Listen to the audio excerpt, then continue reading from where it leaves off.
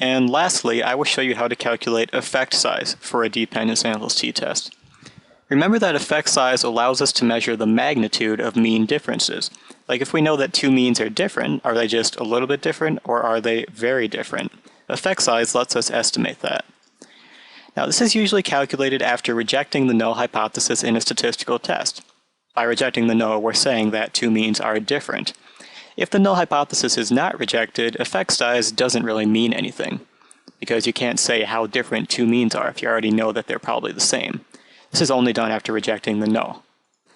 So this is the data that I had in my dependent samples t-test example from a few lectures ago. We knew that the average difference was 1.7, the standard deviation of the difference was 1.49, the sample size was 10, and our t was 3.61. So using this information that you would have after doing any dependent samples t-test, I'm going to calculate effect size. First, I'm going to calculate it using Cohen's d. Cohen's d is just the mean difference over the standard deviation of the difference. So in this case, we can find a Cohen's d of 1.14.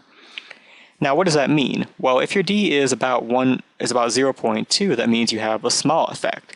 If it's about 0.5, that means you have a medium effect. And if it's about 0.8 or larger, that means you have a large effect. In this case, 1.14 indicates a large effect. That means our means are likely very different. Now there's also another way of calculating effect size, and that's with R squared.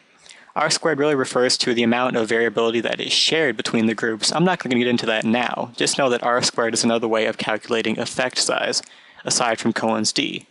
And R squared is just t squared divided by t squared plus the degrees of freedom.